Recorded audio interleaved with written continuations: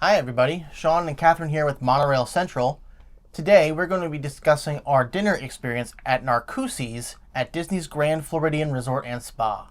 Narcoossee's is a signature dining experience at Walt Disney World, which means it's a more elevated kind of restaurant similar to what you would find at like Flying Fish or California Grill. The dress code is kind of expected to be a little more upscale, so like no park attire. You have great views of the Seven Seas Lagoon, the watercraft, the monorail going by, and if you're lucky, you'll also get a pretty good view of the electrical water pageant. As we mentioned before, Narcoossee's is considered a signature dining experience. If you are on the Disney dining plan, it is 2 table service credits per person, and they also offer a 10% discount for annual pass holders, DVC, and the Disney Visa card members. To start things off, I went with the Lobster Bisque off of their soup and salads menu. This Lobster Bisque has butter poached lobster, a vanilla creme fraiche, and then a garnishment of coral.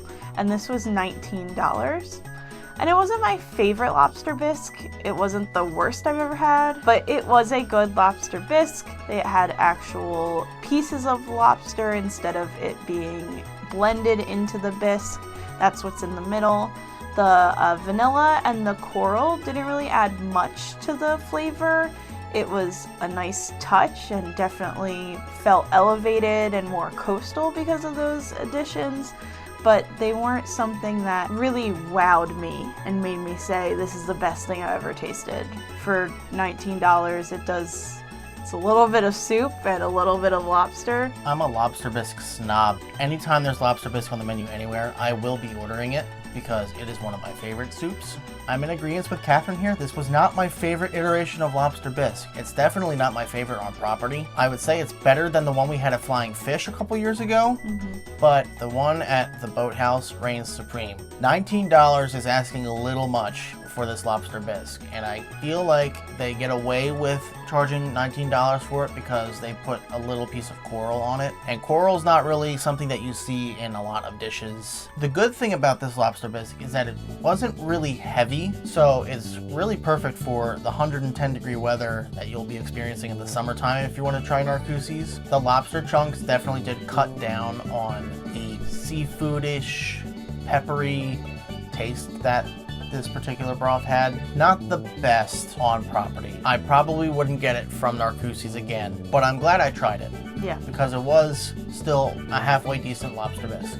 Yep, definitely. For my starter today, I decided to go with the Brisket and Ricotta Tortelloni, which came with parsnips, brown butter, and sultana raisins for $17. This is a pretty good appetizer, I would say. For $17, it's 100% worth it. Only real weird kind of thing with this dish is that the ricotta is not actually in the stuffing for the tortelloni itself. It's like solidified and shaved, which I've never had with a ricotta cheese before. Elevated. It does elevate the experience. The other thing that elevates the experience is the pairing of raisins with this dish, which really actually did enhance all of the flavors in this appetizer. The raisins kind of cut down on the smoky, meaty flavor that was within the brisket, and whatever sauce that they tossed the tortellonis in was just so good. It really was good. I really enjoyed this as well. It is a smaller appetizer, so you're only getting 3 tortelloni for this one appetizer. If you're people who like to share your appetizers, you're not going to want to share this. The other thing with Narcoossee's is that their appetizers are light enough that you can have them and have a full meal after. And that's what I really liked about this. Even though you tend to think of brisket, and having brisket in an appetizer sounds really heavy, this wasn't heavy at all. Worth it. Absolutely worth it. You're not going to want to share it. Now, we did kind of go a little bit rogue with the appetizers because our server really did persuade us to get a third one, which normally I wouldn't do if we weren't on Disney Cruise Line and I'm paying out of pocket for all of this. But our server did convince us to try the half-pound steamed king crab, which did come with drawn butter. You can also get this chilled, served with remoulade and a signature cocktail sauce. And this came out to only $49, which if you're familiar with king crab, $49 is a steal. The king crab came to the table already cracked, ready to eat. We got 2 full legs, including the knuckle, for this price, and it was really, really good. Served perfectly. I do not like crab. You don't. I don't. We went to Alaska for our honeymoon. I did not eat a lick of crab. This dish made me realize that crab is one of the most delicious things you can eat. King crab especially, because king crab is a very sweet crab, and this was no exception. It's a lot better with drawn butter.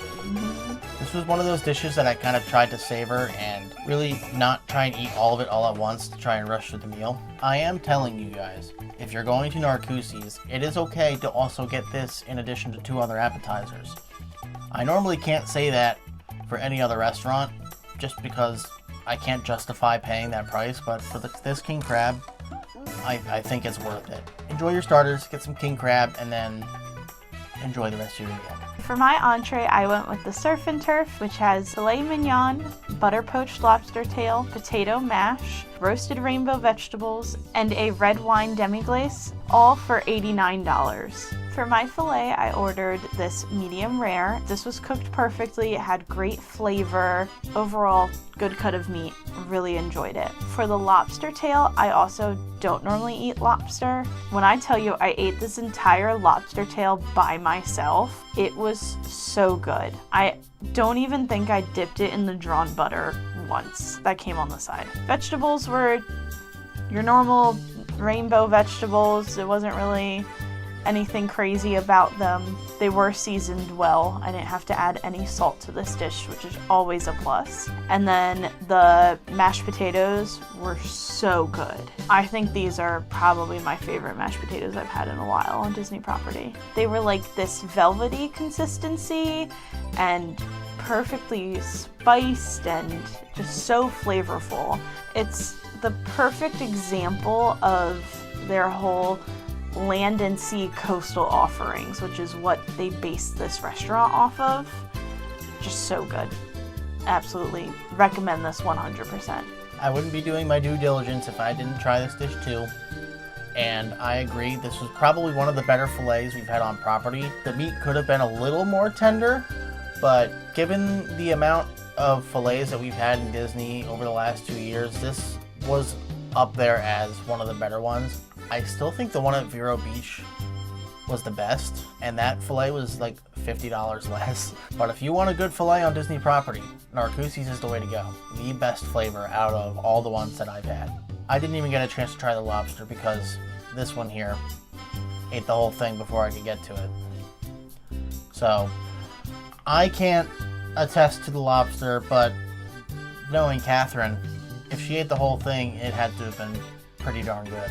For my entree today, I had the Plancha-seared scallops and Parisian gnocchi. This was served with trumpet mushrooms, asparagus, tasso ham, and truffled Meyer lemon cream, all for $57. And this was some of the best damn gnocchi I have ever had. I don't know what it was. I don't know if it was the sauce that it was served in, the fact that it was with these mushrooms that were just so full of umami flavor, but the seasoning on it was perfect. The tasso ham that came with it was also melt in your mouth. Ham is ham for the most part, but this was, again, elevated. The scallops on this dish were okay. These were a little bit on the gritty side, which if you're making scallops in a high-end restaurant, there should be absolutely no grit. They were cooked perfectly, had the perfect amount of sear on the top and bottom. The flavor just wasn't there for me. The other thing that I kind of didn't like about this dish was that they put these like microgreens on the top, and for me personally, these small microgreens just take away from the dish like anything that you put them on. They're served raw, they're always bitter, and I don't like the way they taste with anything. I think especially on this dish, they just look like they threw it on. Like sometimes it's done tastefully where it's like a little sprinkle, like the coral on top of the Lobster Bisque. Just, it didn't add anything to the dish. It didn't add anything. If anything, it detracted from the dish. For $57, I probably wouldn't pay for this again. If it didn't have the scallops and the microgreens on it, I would happily pay for this as a $17 to $20 appetizer. For the most part, it was good, but I had to work around the scallops and the microgreens. So with this menu, you do have the option to add enhancements or sides to any of your dishes. We didn't go for any of the enhancements this time around because we did get 3 appetizers, but we did agree that we were going to try one of the sides. And the side that we got was the loaded mashed potatoes, which came with garlic glazed pork belly, creme fraiche, and smoked cheddar cheese for $14.50. Best potatoes in Disney World, by far. Whether it's the potatoes you get in an entree or potatoes you get in a little ramekin with cheddar cheese and garlic glazed pork belly, better than Disneyland, better than Disney Cruise Line, better than Vero Beach, the best. Bar none. If you think the pork belly at Steakhouse 71 for the bacon and eggs is good, this will ruin it for you. My only regret with this was that I ate a whole lobster tail before even trying this. Because then I couldn't enjoy this. But I did. It is the same potatoes that are on the surf and turf. Just enhanced. Elevated. These are so good. The pork belly, the garlic glaze, the little, I think that was dried garlic on top. I think this pork belly was more liquid than it was solid pork belly. It like kind of melted with your fork. So good. I don't think we ate half of this because we were so full after our entrees. That is my only regret, was not leaving room to be able to finish this between the two of us. If you're at Narcoossee's, this is a requirement. You have to get this. Now on to desserts. The dessert that I chose is considered Narcoossee's signature dessert, and this is the Almond-crusted Cheesecake. It comes with a Lambert cherry sauce and chantilly cream, and this is $17. Everything about this dish was amazing. The flavor was great. It looked amazing. I don't have enough words to describe it. When I tell you, again, I probably ate almost this entire thing by myself. Because everything at Narcoossee's isn't, like, none of it is heavy. So, like, you're not gonna fill up. Except the potatoes. Except the potatoes. The potatoes are heavy.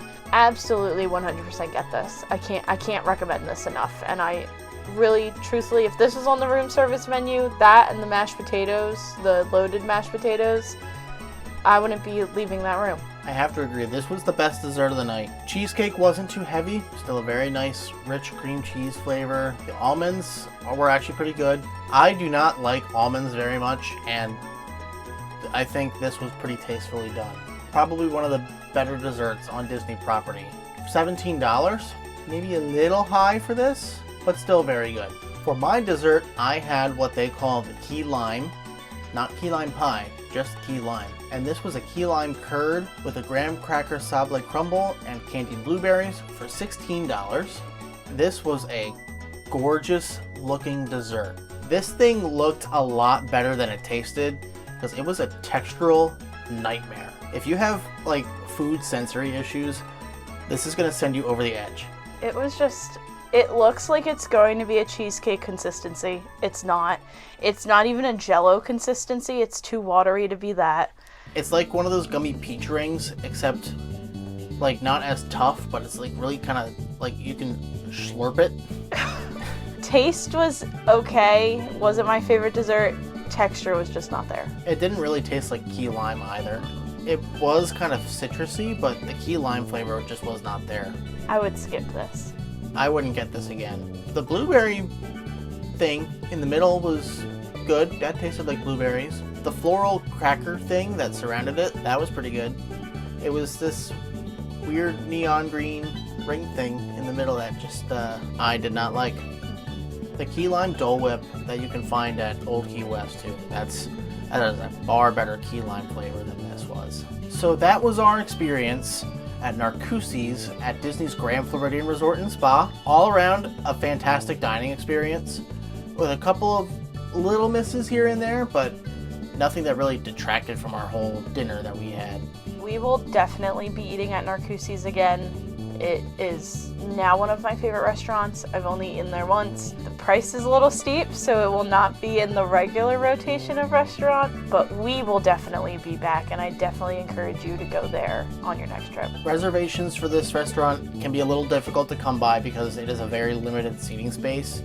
So if you find it and you want to try it, book it as soon as you see it, because it will probably be gone within the next couple of minutes. For everything that we ordered today, plus a couple of drinks that we didn't review, after our 10% annual pass holder discount, our entire dinner for 2 people came to $291.13, which is very steep, but overall worth it for a once in a while signature dinner that you may not go to every time you're down at Walt Disney World, but is good for like a special occasion, or if you're just feeling fancy for the night.